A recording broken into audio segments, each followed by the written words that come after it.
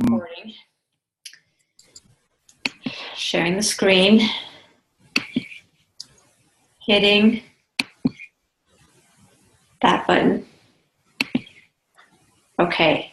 Everybody see okay? Yeah. All right. Excellent. All right. Welcome, everybody.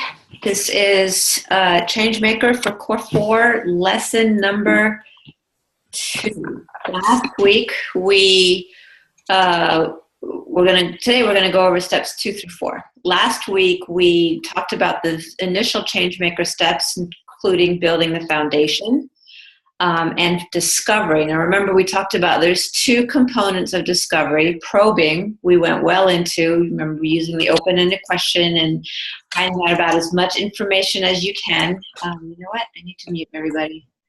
So hold, please, and let me mute all. Okay, probing, and today we're going to go into awareness. You know, once you've identified problems and you've asked all your probing questions, the next component is going to be creating awareness around the need. We're going to talk about building value, offering the solution, and then we're going to get into some objection handling. I think I'm a little aggressive in thinking that we're going to be able to get into the after the sale component of the ChangeMaker, so I'm going to just say today that we're going to hold off and do that with the Q&A component the week we get back. I don't want to overwhelm everybody, and it's really important to understand the ChangeMaker steps. We can easily talk about what you do after the sale in the following week. So let's continue on with discovery.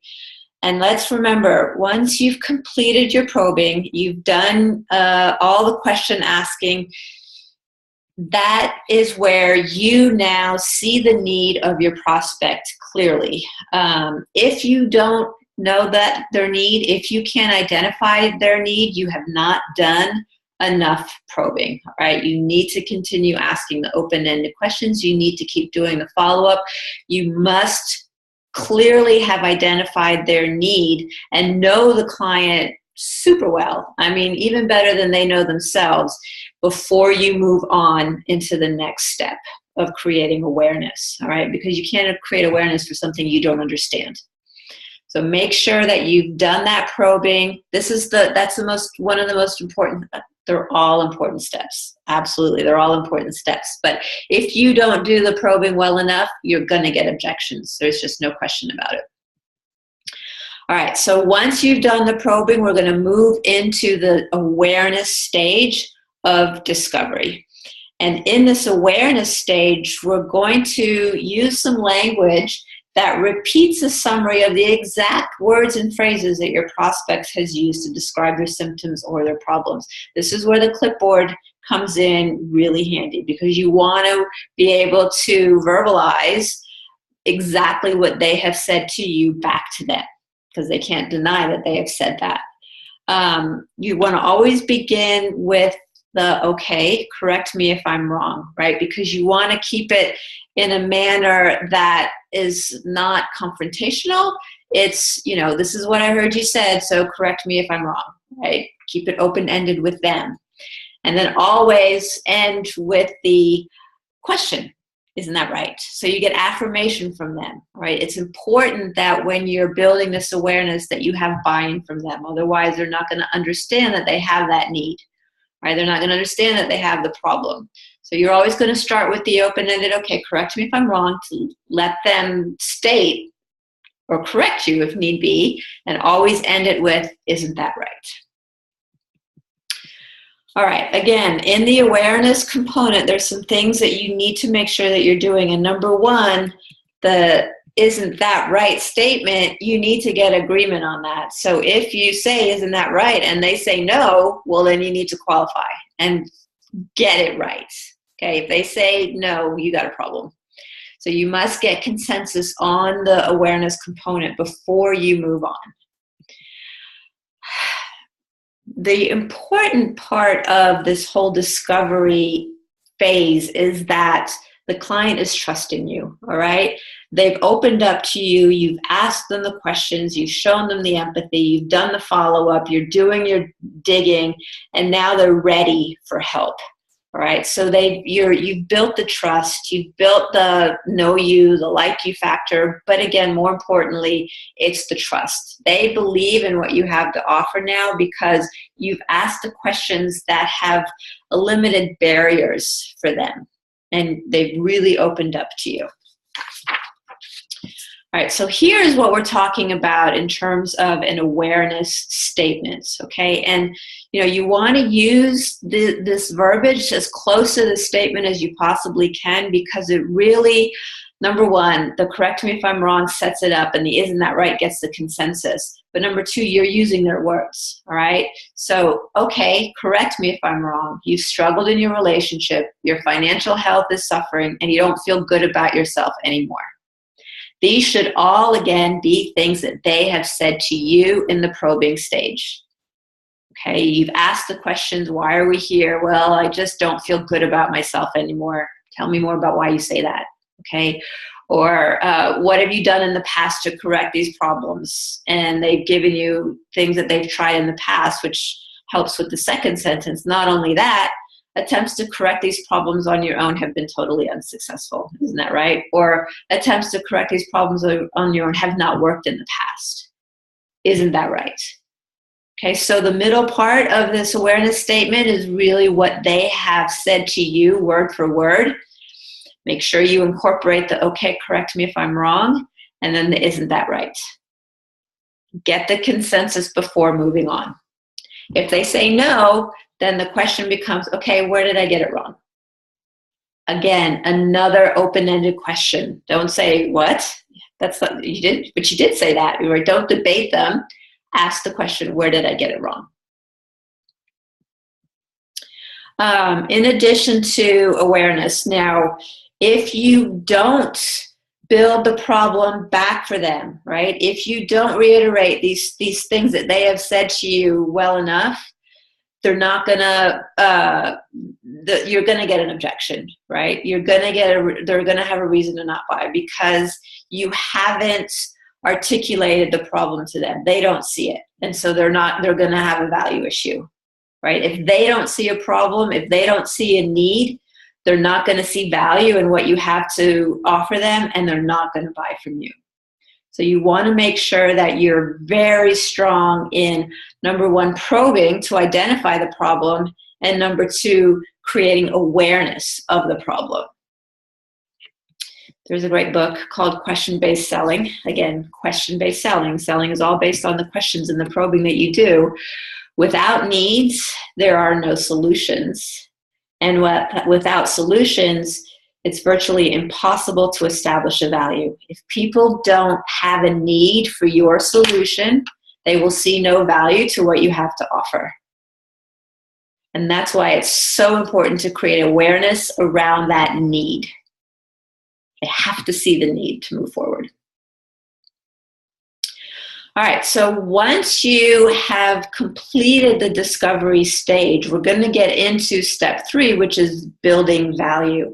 All right, this is now where you're going to do most of the talking. Prior, they've done a lot of talking, you've asked a lot of questions, but now we're going to build the value. We're going to show them how your program, your solution solves their problem. And if there's one thing that you're going to memorize throughout this whole ChangeMaker program, this is it, this value building script. And it doesn't matter what you're selling, what service you're selling, these items are the 3 items that will always make the sale. Okay, so if we go back to the discovery statement, okay, correct me if I'm wrong. You've struggled in your relationship, your financial health is suffering, and you don't feel good about yourself anymore.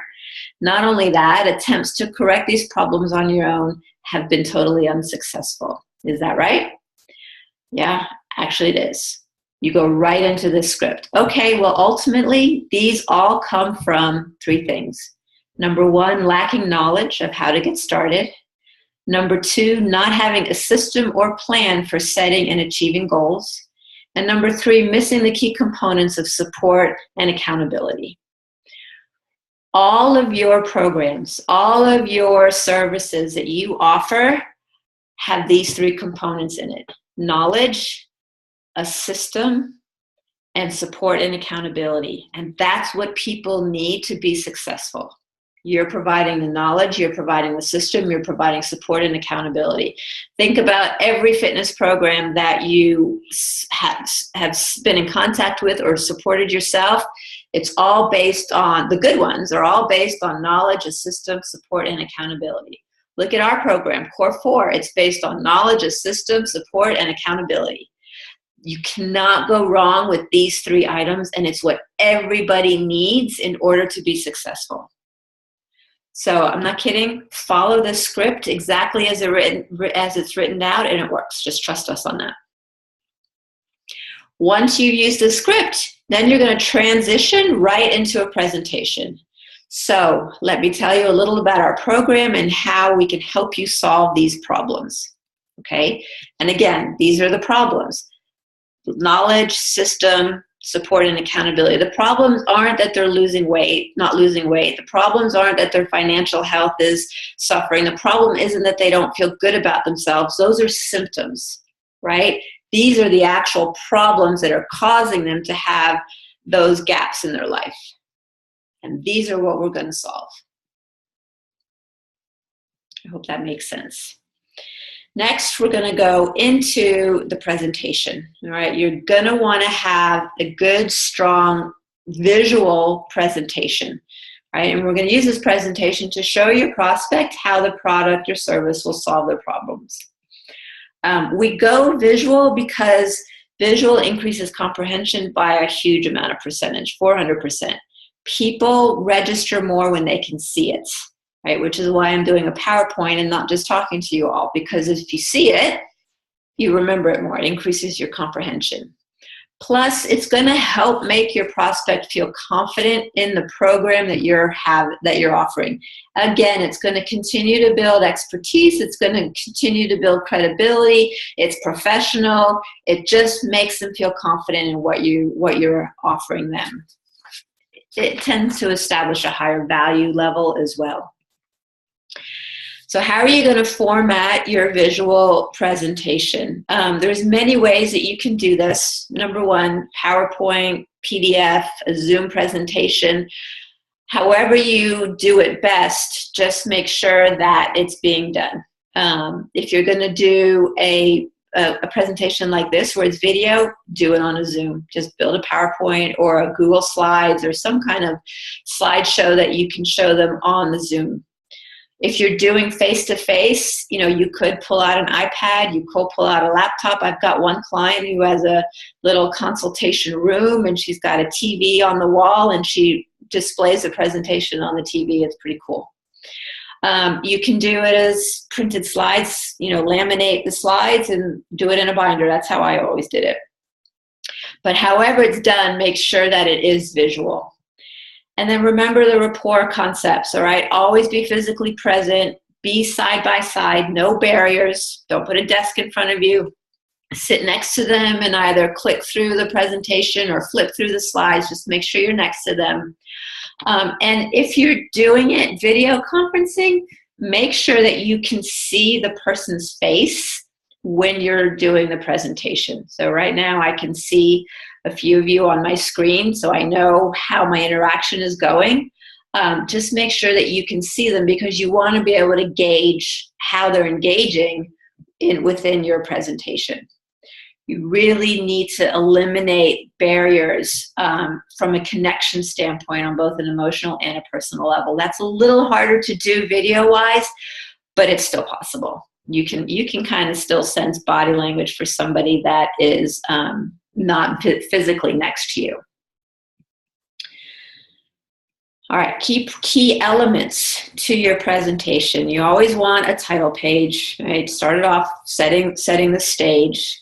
Keys to achieving your life's intention, 5 steps to achieving a total healthy lifestyle. Just start with a title page. And then your methodology. All right, what is it?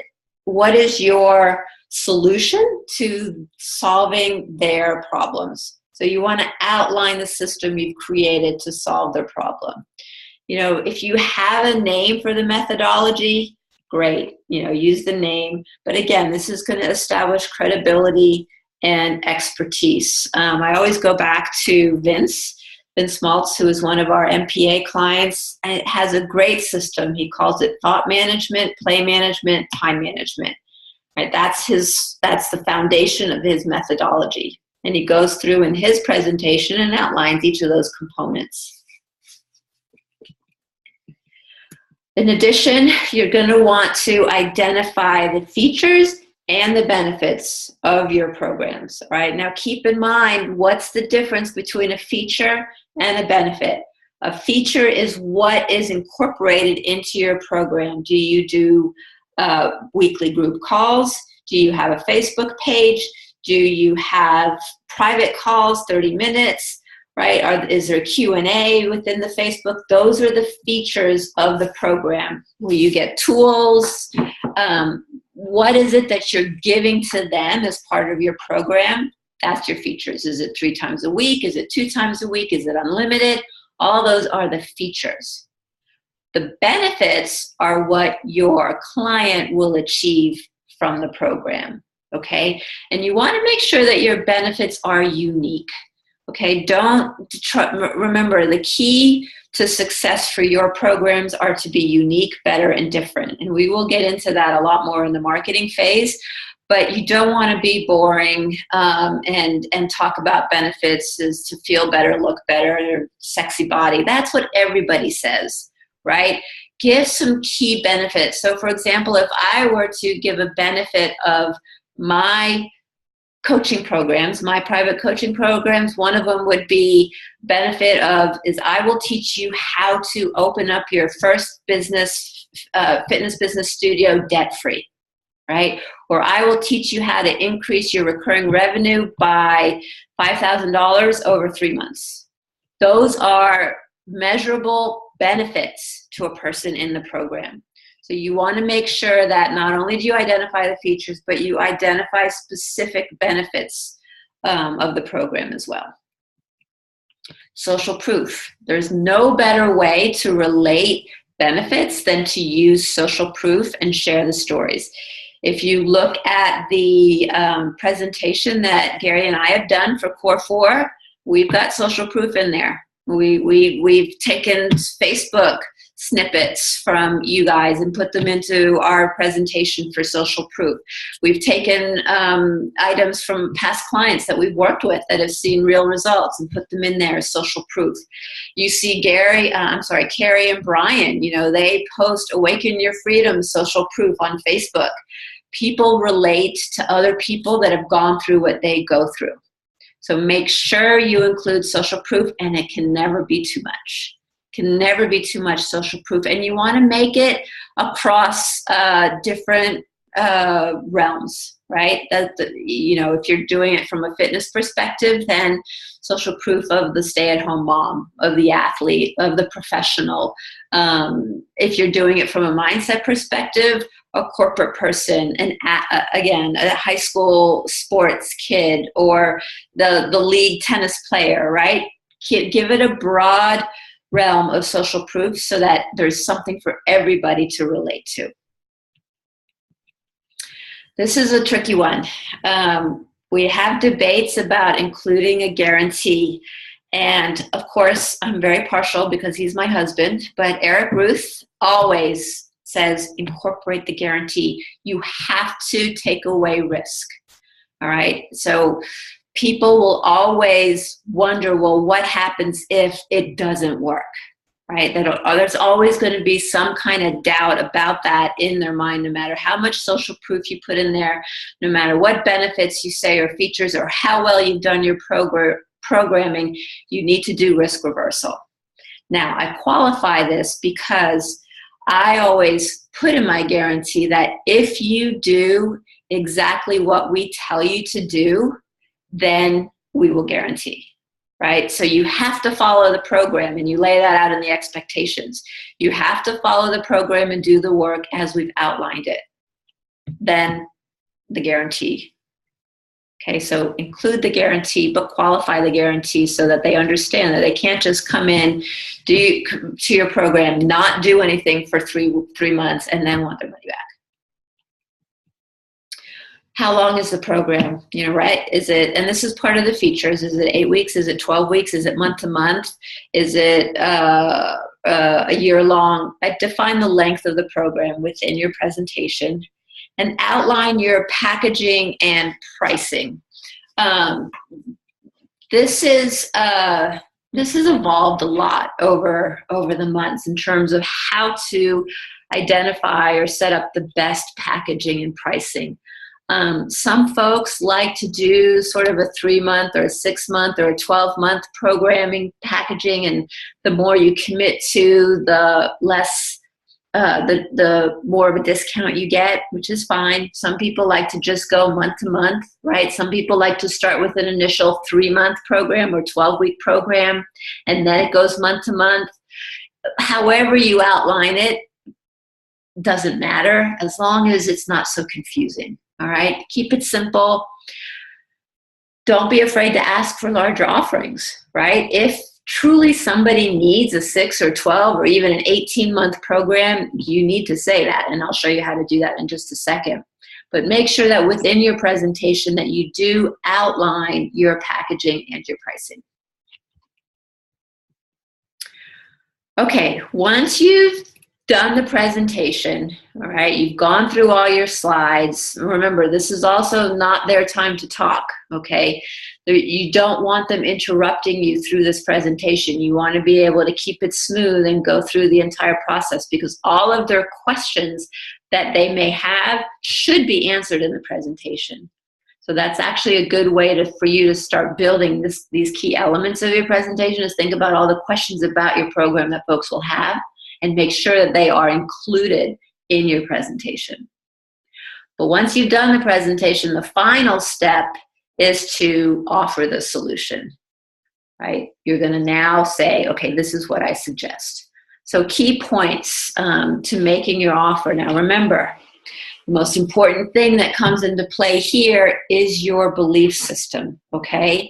This is not where you want to waffle and think, oh, they're not going to want to buy, oh, it's too expensive, oh, it's just not right for them. This is not where it's time for you to waffle. This is where you know that you have the solution for your prospect. You are the one that's going to solve their problems and get them back on the right track. You have to believe in this. Okay, you have to believe in yourself. You have to believe in your solution. Client at this point should feel comfortable enough to say yes. If you've done all the steps correctly, if you've taken your time, if you've built the rapport, there really is no need for them to not say yes. And that is the assumption. Okay, the assumption is that they're going to say yes. They won't even really have an opportunity to say no. They don't need to say no. You've got what they need. You've done everything right. This is where it's time for them to go forward. All right, key points to making your offer. Make the recommendation based on your client's intentions and the needs and problems you have identified. So back in our needs assessment, when you said you don't feel good about yourself anymore, your financial health is a mess, all of those, this is where you're going to come back to make the recommendation for your clients. Again, you're going to use their words, all right? So based on what their needs and the problems are, you're going to make a recommendation. And remember, the word recommendation here is very important, because you're going to make it as a recommendation and you're going to give them a choice, right? You're always going to present an alternate choice for the client when you make the recommendation.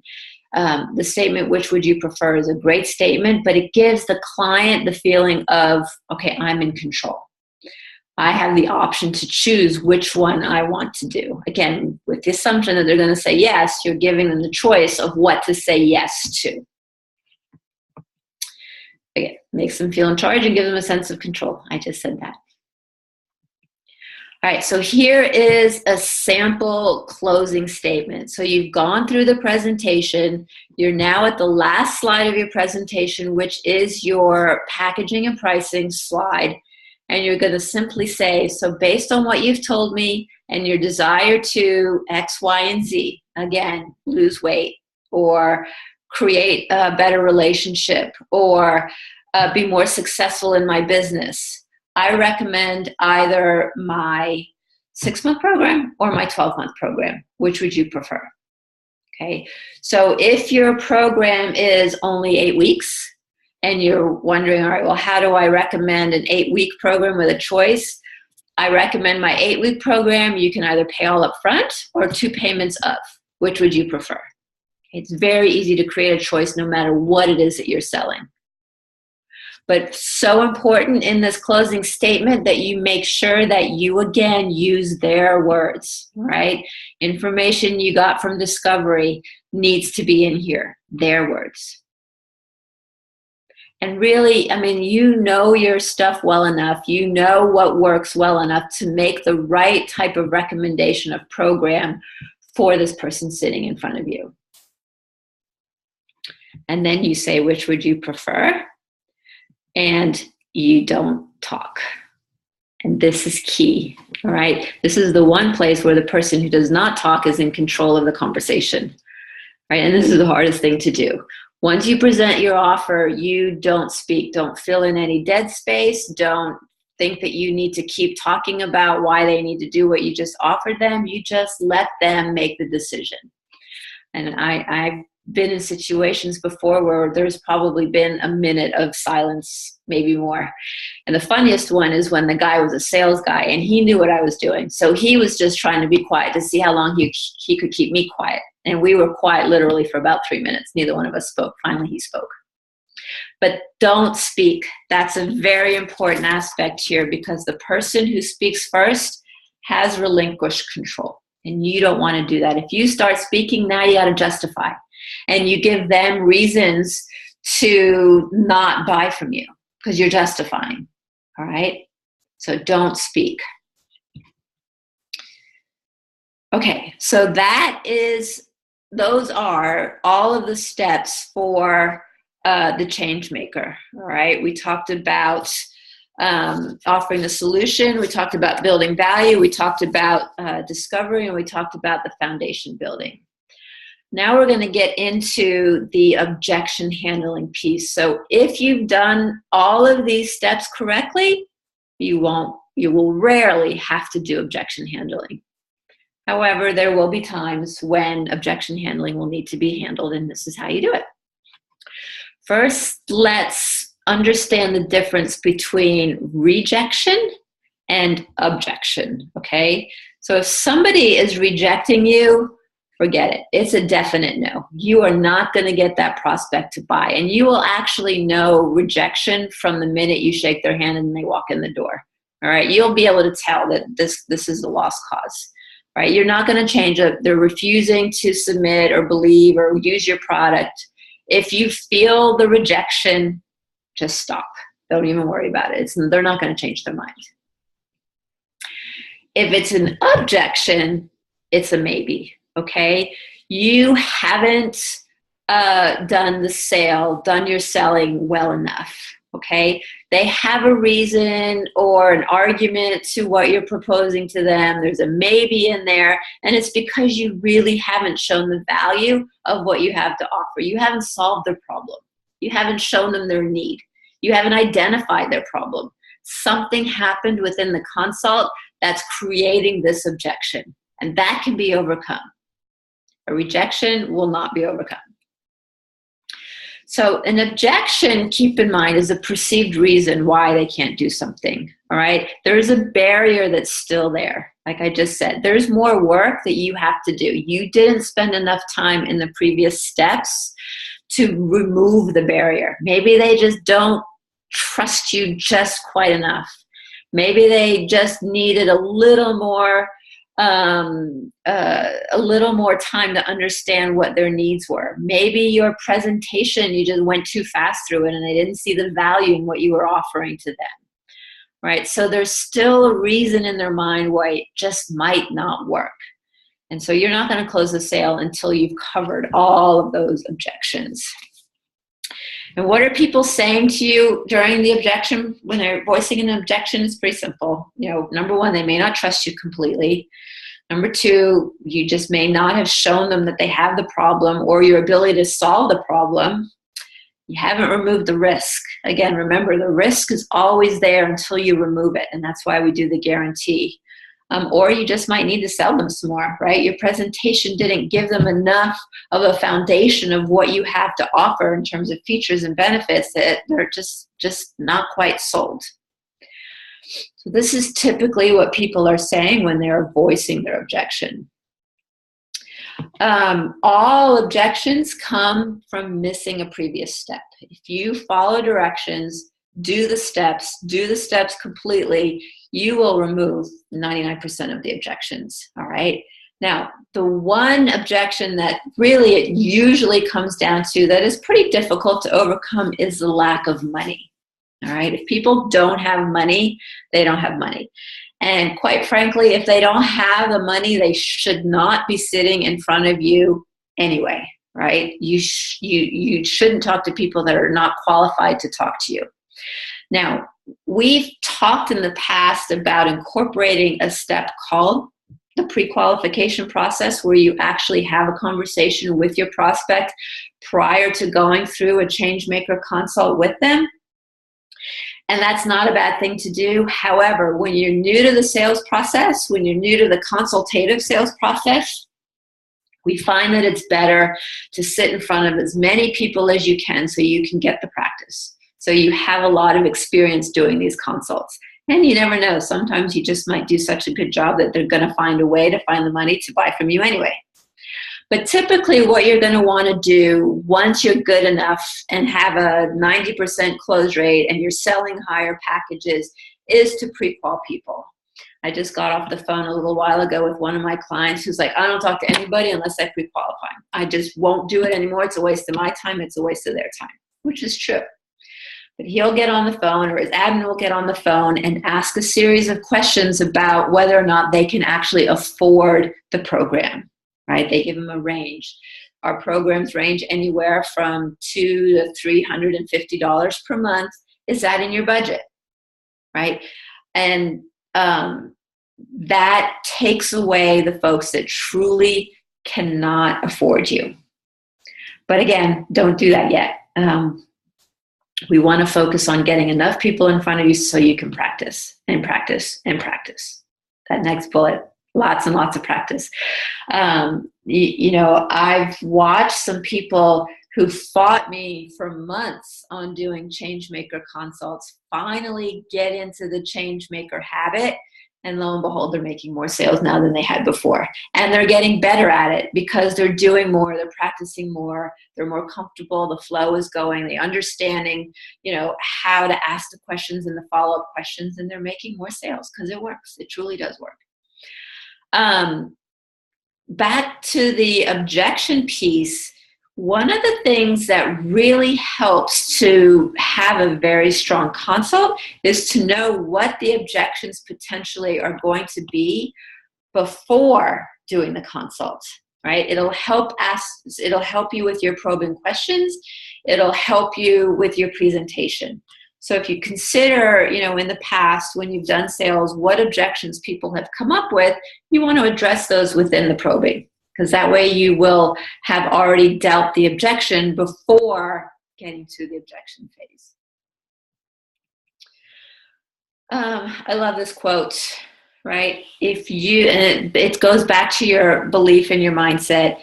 If you put a small value upon yourself, rest assured that the world will not raise your price, okay? Nobody's going to raise your price for you but you. So if you don't have value on yourself, nobody else is going to see value on yourself. All comes back to the belief system.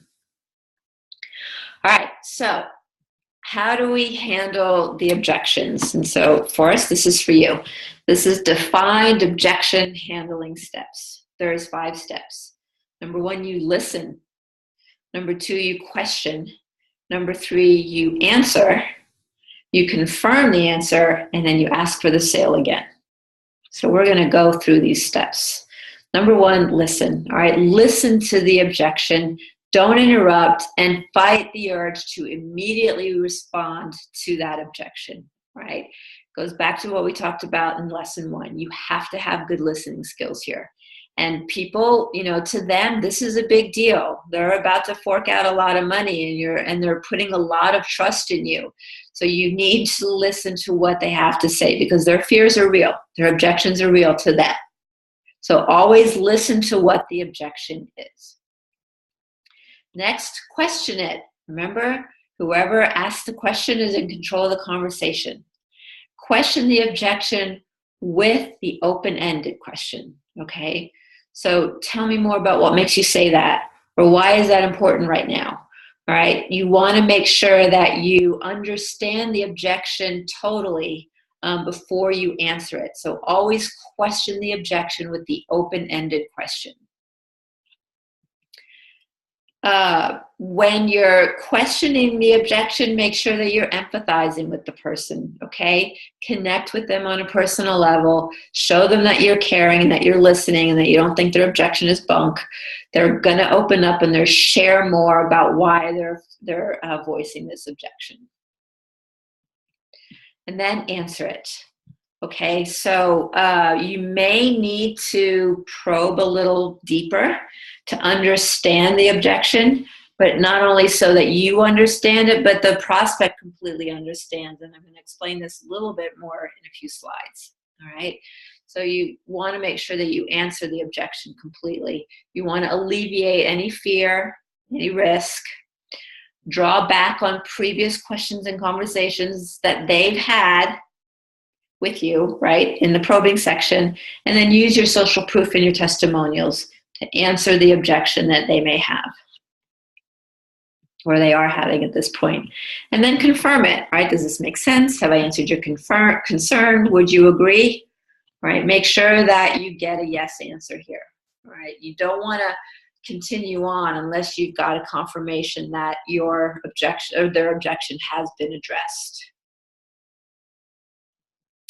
And then ask for the sale again. Okay, so redirect back to the closing statement, make the offer again, and say, okay, great, which would you prefer? By the way, you probably hear me say, okay, great, a lot. I use it all the time. And I've mentioned before, my sales mentor, Dick Chilton, for some reason, I don't even know where he came up with this. He's like, the 2 best words in the English language to use when you're in a conversation with somebody or trying to get confirmation is, okay, great. I don't know why, but it is. I use it all the time, and it seems to work. So consider, okay, great.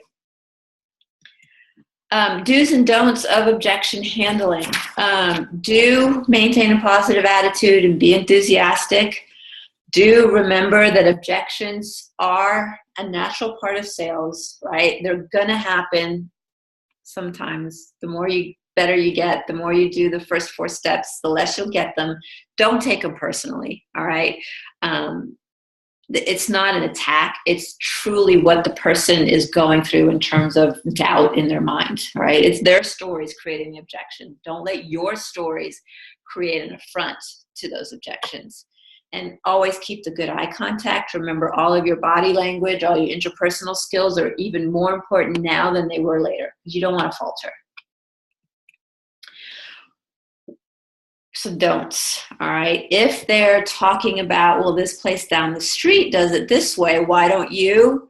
Don't knock the competition, all right? Don't get into a bad-mouthing product game. Just stay true to why you do the things and focus on why you do them and why you're unique, better, and different. Don't ever say negative things about your company, product, or service, or any other company, product, or service. Again, focus on what makes you unique, better, and different.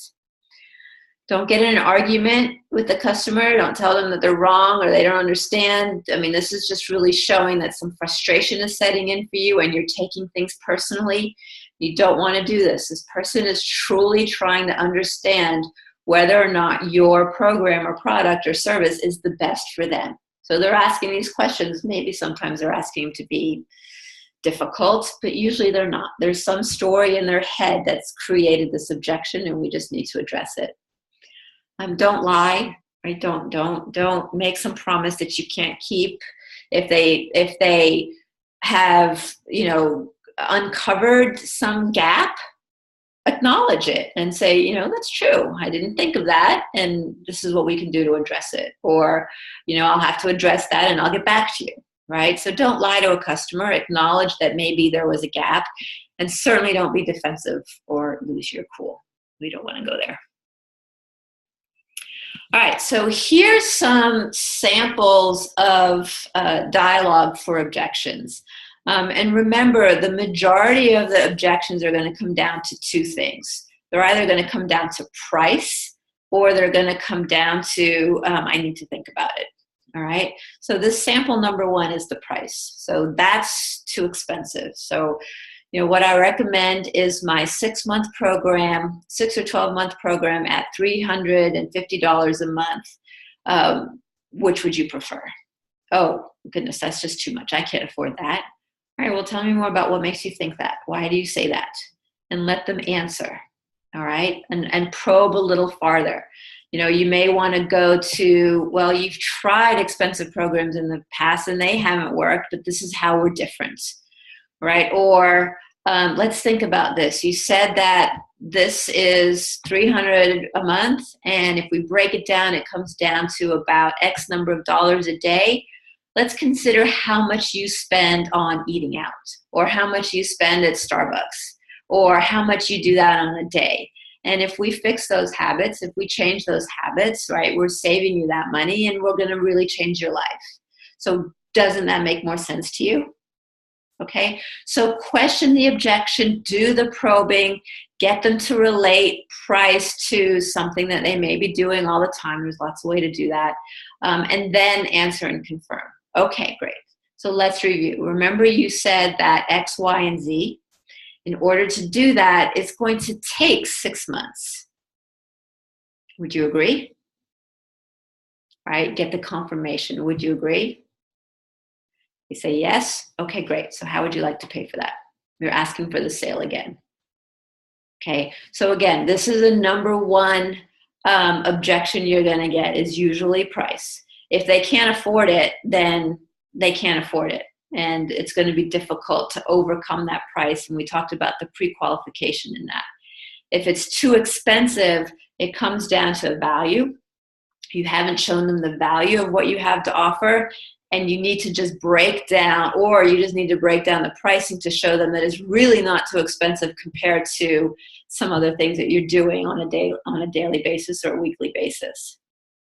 We always used to check out the cars as they drove in the parking lot.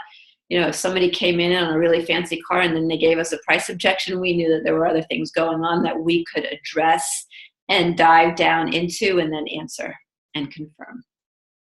So there's ways to understand really, truly if they can't afford it or if it's too expensive. Okay, the second topic's objection you're going to get is that you have to think about it. All right, and this again is that you haven't either identified their problem, established the need, or shown them the value. Right? They got to think about it. You haven't sold them. They still don't trust you. They still don't really know you that well. They still don't like you. They still certainly don't understand what you're going to do for them. All right, so I got to think about it a little bit. Remember, one key thing about the I have to think about it is that if they walk out the door, or if they hang up the call or the video, 9 times out of 10, they are not coming back. If you don't close the sale when you have them live, they are not coming back. Remember that. And think back to all of your leads that you've talked to, and the ones that say I have to think about it, what percentage of them truly do come back? I'm sure it's less than 10. So this is another one. I have to think about it. Okay, great. I want to give you the time I just said that. Okay, great. I don't even have it in there. And I said, okay, great. I want to give you the time you need to think about it, but tell me your reasons for buying later versus now. That's a really good one to use. Tell me your reasons.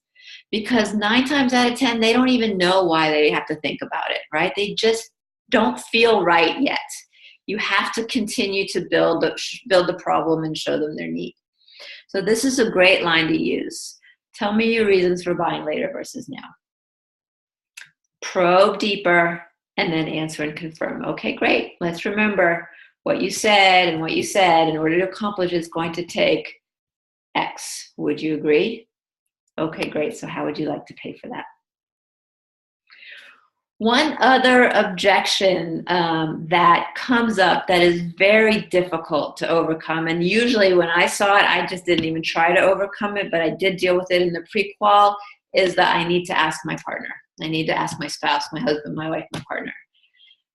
I need to discuss it with them. That's a very difficult objection to overcome because you don't want to put the prospect in a situation where they have to do something that they don't feel comfortable doing. Right? So the best way to alleviate that is in your consult setup, when you're setting up the consult, pre-qual them based on decision maker. So you can ask the question, when you come in for the consult, I'm going to ask you to make a decision about whether or not you're going to choose one of our programs. Is there anybody else involved in the buying decision that should be on this call with us, or that should be on the consult with us, right? You want to try to get all decision makers in the room together, right? So if they say yes, then schedule a time where they both can come in or can both be on the call. If it doesn't happen and now they have an objection where they have to talk to their spouse, sometimes I've said, well, I understand completely. Would you like to give them a call now? Right? So I can sometimes alleviate them walking out the door. Or if that doesn't work, it's like, okay, great. Here's what we can do. Let's set up our next call, our next assessment, or our introductory call. All right. And at that time, you'll have had time to talk to your spouse, and we can handle all the collection at that point. So I have a next step already defined. Keep in mind that if that other party is not listening to the same consult that your prospect is listening to, they will never see the value out of it.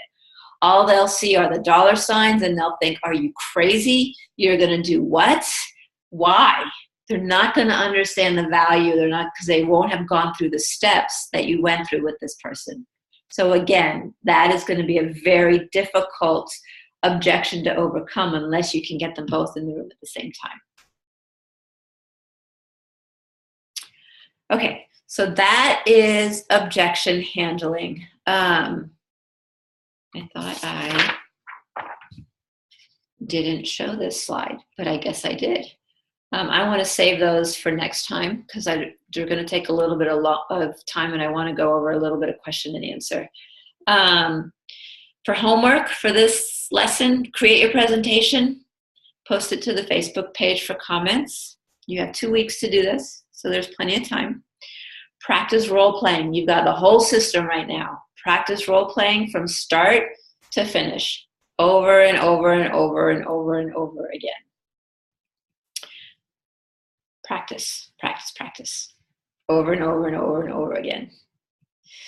Okay, next lesson, we're going to talk about locking down the sale, tracking and measurement, and then we'll have a lot of time for a Q&A. But we do have a little bit of time right now, and we did just go over objection handling, which I know was a big one for you, Forrest. So let's see if there's any questions that you guys have. So if you want to just raise your hands.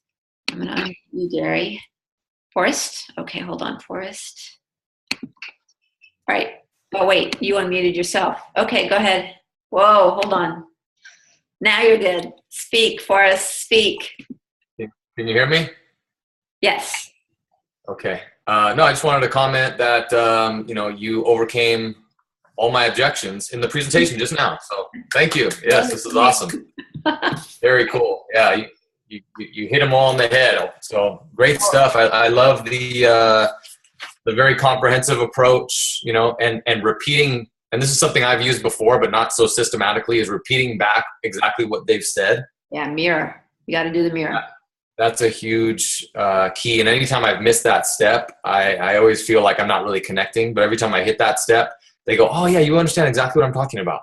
Yeah. And it's so much easier to move forward. But, yeah, everything was great. Thank you. You're welcome. Tell me, what objections do you normally come across in sales?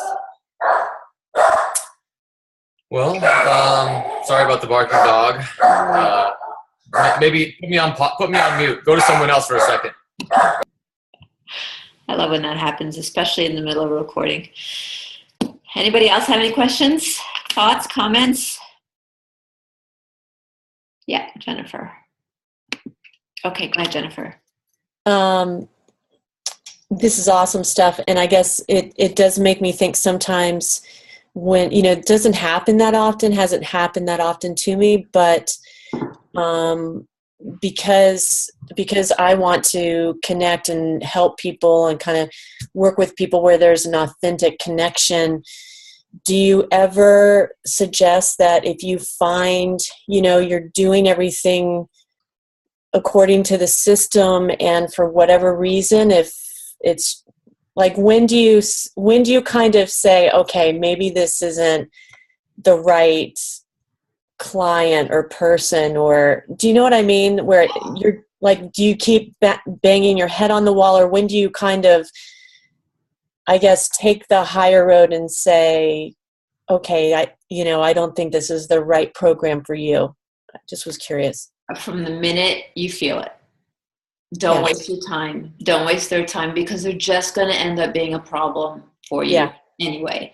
We're going to talk about, when we get into the management section, core values and mission. If you're sitting in front of somebody going through this process and you just know that their core values don't fit your organization, you know what? But you got to be careful though, because sometimes when you do the takeaway, they want it more. Yeah. Right? They want it more. They're like, no, you can't take that away from me. I'm in. Right? And I've seen that too at the gym, where the gym owner and I were selling someone who came in, and her initial demeanor and culture was very closed. She was not a warm and extroverted type person. And we do a lot of high fives. We do a lot of, high motivation, community oriented stuff. And at one point she said, this is not my style. This is not for me. And what was really weird was we sold her the membership, and we thought afterwards, we're like, have we just added a really bad apple to the group? What happened was she converted. It was like, and now she's like the biggest fan, and she's changed. So that's what's hard too, is you can't let your judgment, we've told this story so many times. It was like a big lesson learned for us. Yeah. It is, you can't really tell exactly what's going to happen, but if you will know from pretty early on whether that person is a good fit. You can just sense the energy. And a lot of people, especially starting out, their desire is to take on every client they can because they want the money. Right? It's all about the money. But in the long run, that's just going to cause you more problems than not. So if there's somebody that just doesn't fit, or you just feel like you're banging your head against the wall trying to get them to buy, it's not the right person. Yeah. It's not the right person. Thanks. Yeah. All right, Forrest. Yeah, so you were asking what kind of objections am I getting? Yeah. Usually I think about it, in our group closes, we do really well when we have a bunch of people and we do a presentation. We bring in live testimonials. People like so-and-so shares a story, so-and-so shares a story. And that we found is huge, very, very powerful, because they're live and it's not us sitting there, flapping our gums. It's somebody else giving us, edifying us. So that's been a huge for us. And now we're even doing it with like phone calls and things. We'll set up, hey, can you, talk on this call or whatnot. So it's usually, if it's the right price and we can demonstrate the value by sharing stories, we're going to make the sale if they can afford it. But otherwise it's, usually that, and I think about it type of a thing. And then I get stuck there a lot of times, it's like, okay, well, go ahead and think about it. Cause I'm like the nice guy always, go ahead and think about it and, come back. And sometimes it's actually worked for me. I've had people, because they're like in a Groupon, right? For our fitness thing, they have a whole month with us. So I still get to see them. They're still coming back in the door. And so, and I've given them the price. I've given them the agreement form. I said, bring this in. If you bring it back in by this Thursday, I'll knock, X amount off the first month. And then they bring it in. They go, here you go. And so that's worked for us too. So Well, and that's perfect because that is one of the things you need to consider. If you have a lower barrier to entry offer like a Groupon or a 30 for $30 kind of thing or a 4-week program, do not wait until the last week to have that consult. You want to start with the consult, just like Forrest does, because you want to have that connection with them. You want to try to get them sold initially, and then you have a chance to resell if you need to, because like you said, they're coming back for more. So that you're still building value, trust, and like you foundation. So yeah, that's good. Cool. All right. Anybody else want to add comments, final thoughts? We're all good. Gary, you good? You're unmuted. We can hear you. Yes, I'm good. We're good? Okay. All right. Well, we're off next week. The following week, just a few slides on measurement and tracking because, that's what we do. We measure and we track. And then we'll have open Q&A, probing questions done. We will ask you. Presentation done. We will ask you to share. Get the work done. All right, please get the work done. And I always like to end the whole sales lesson with FTDI. And this has been coined by, I don't know, Forrest, if you know Tony Maslin. Have you heard of Tony Maslin? Tony Maslin is a great guy out of Ohio who runs a very successful gym in Ohio. And he coined the phrase FTDI, which means follow the damn instructions. Right? There's a reason why it's all been put together. There's a reason why we're teaching it to you this way, because it works. And it works if you do it. It works if you do the work, if you follow the instructions, and you just trust in the process. Trust in the process. So do the work, do the work, do the work. Okay, on that note, bye everybody. We'll see you in 2 weeks.